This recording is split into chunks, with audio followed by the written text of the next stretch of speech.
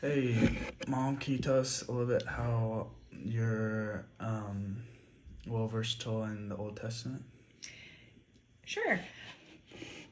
My background is children's ministry. So for 12 years, I taught children's ministry Sunday morning and Sunday school and Sunday night, and spent a lot of time on curriculum and scope and sequence and figuring out the best way to teach children about the Bible. And then right now, I am a high school Bible teacher. And so I spend a lot of time with a really unique program that we have at CAK, which is where you graduated from. And that program, I get to teach some Old Testament and some New Testament. And I think that's something that makes me somebody who knows about how important it is to teach the Old Testament. What would you say your favorite part of the Old Testament is and why? Um, One of my favorite things to teach about the Old Testament when I was in children's ministry was about Moses. I loved teaching the story of Moses because I felt like he was such a pivotal character in the Old Testament. And there were so many different parts to the story that you could teach children that would like make the Old Testament come alive for them, like teaching them about Moses and the baby in the basket, and teaching them the 10 plagues and the 10 commandments and the wandering in the wilderness, and then the burning bush, and how he handed off the leadership to Joshua. And so I feel like every year when I did children's ministry, we did a huge unit in the Sunday school curriculum about Moses. That was a huge one to me, and I always enjoyed whatever that unit was. What value does the Old Testament have for the modern Christians? Yeah, I think when I think about the high school kids that I teach now, the ones that really understand the value of who Jesus is, they understand, or maybe they have a better understanding of the Old Testament. And I think that the reason that that's my experience is that a lot of the high school students that I work with who are trying to figure out for themselves for like the first time if they believe in Jesus, or if they just believe in that because their parents told them to. I think they go back so much to what they know about the Old Testament and who Jesus is and why he came and what happened from creation through the patriarchs all the way through the prophets, to really believing in who Jesus is. I think that students who don't have that foundation in high school, they struggle a little bit more valuing and grasping that for themselves for the first time. What is the greatest challenge you face in using the Old Testament in the context of your ministry?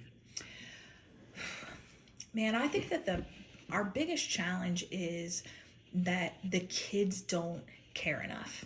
Um, for me in 2025, teaching high school kids, I think that our biggest obstacle is not rebellion, but it's apathy. And so, getting them to understand the richness and the fullness of who God is and how He created us, and how the Old Testament points to Jesus.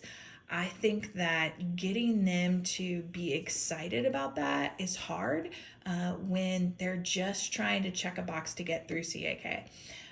I think that when we get through to them and they begin to care about it for themselves, I think that they find so much value in a lot of those Old Testament texts. Like they find value in the wisdom literature, and I think they find value in the prophets, and I think they begin to see for themselves how much prophetic literature points to Jesus, and then they understand more fully the poetry of it and the Psalms and how important it is to worship God. But when they don't care and they're just doing it to check a box, I think that is hard to get them to want to do it, not just have to do it. Did I skip this question? Did I ask you what ways if you found the Old Testament to connect, or what ways have you? I think you skipped that one. Okay, what ways have you found to help people connect to the Old Testament?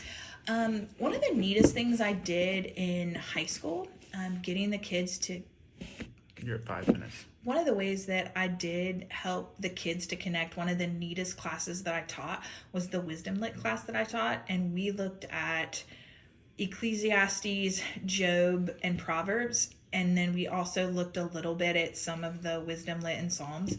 And that class I looked at through the lens of AI. And we did some really neat things looking at how to do a Hebrew word study with AI. And I think when they dealt with AI instead of just dealing with things like Blue Letter Bible, like most of the kids knew how to use Blue Letter Bible. And when they were even, I brought in a Strong's Exhaustive Concordance and we looked at, hey, look, AI just showed you what the Strong's number is. Let's look up and fact check AI and see what it says. I think it opened up the kids' eyes to go, man, some of these Hebrew words that are used, like hevel from the book of Ecclesiastes, that means like smoke and vapor, that it doesn't mean meaningless. And when we talked about how hard it is to like explain something like hevel in English.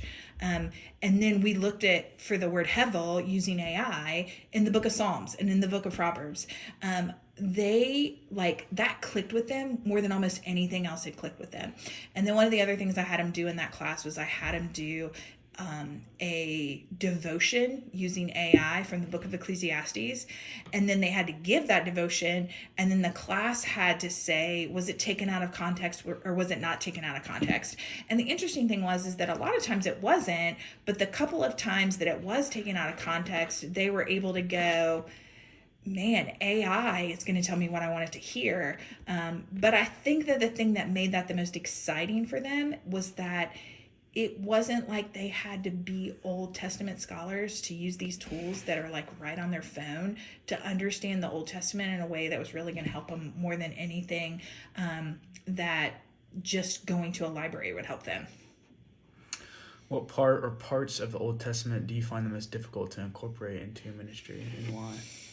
Ooh, that's a good one. The most difficult to incorporate. Honestly, I think the law is probably the hardest thing to incorporate. I think it's much easier when you look at like the meta narrative of scripture and you think about how the timeline works and that the Old Testament's not in order. And when I teach that kind of helps the kids to understand things like Esther and Nehemiah and Ezra. They're going to come towards the end of the Old Testament, even though they're right in the middle of the Old Testament. But on the timeline, they come later. And so, like, I can make the narrative come alive and I can make the poetry preach and I can help them to use the wisdom lit to think about, man, we have to make hard choices in life. There's nothing new under the sun. Just like, Ecclesiastes talks about. But when you start talking about these difficult parts of the law, you lose them. Like their eyes glass over and they don't care about it. And it's difficult to talk about those kind of things in context, like an eye for an eye. And an eye for an eye is really trying to say, compared to the world at the time, an eye for an eye was a much more compassionate way to look at things than the rest of the world was looking at things, like that you would murder somebody who stole something. And that's countercultural to what the Old Testament was saying. It was saying if you steal something, they should be punished, but they shouldn't be punished with murder. But that's hard to translate to people who are teenagers who don't see how that really applies to them. What do you consider the most important thing to know in studying the Old Testament? I think that the most important thing to know is the whole meta narrative. I think the most important thing to know is how important it is to understand the Bible is like this cohesive thing that points to Jesus and shows you who we are in God's story. And we're not Jews, we're Christians. And so for us to say, how does the Old Testament the Old Testament point us to Jesus? And how does it show us that he fulfilled all the things that we've ever needed in the world because we can't do it on our own? And I think when you understand the Old Testament better, you you have more appreciation for what Jesus did for us, and then you have more appreciation for the epistles and for apocalyptic literature. All right. Well, thank you so much. As my teachers. What's one of my greatest personal challenges as a student in studying Old Testament? I think the obvious one is that it's boring and it's long, and it's oftentimes hard to know where to begin and to really what to get into deep, because there's a lot of things that like are very deep, and a lot of things that like it jumps from going from 20 years, like a whole chapter is like 20 years, and then a whole chapter will be about like 200 years. So do I agree or disagree with my specialist opinion about the value of the Old Testament for modern Christians? Yeah, I do. I think it is important to understand about who Jesus is, and the importance of how important he was before he came. Because even before he came, people waiting on him, the scriptures that point to him, and how much he's talked about, and how it was always God's plan. What could have made my specialist answer stronger? I think I wish she would have talked about making scripture not as boring, making it more entertaining or something like that. So I know how to read, or not how to read, but where to read and everything. What's an idea I can suggest that might effectively engage students in some parts of the Old Testament?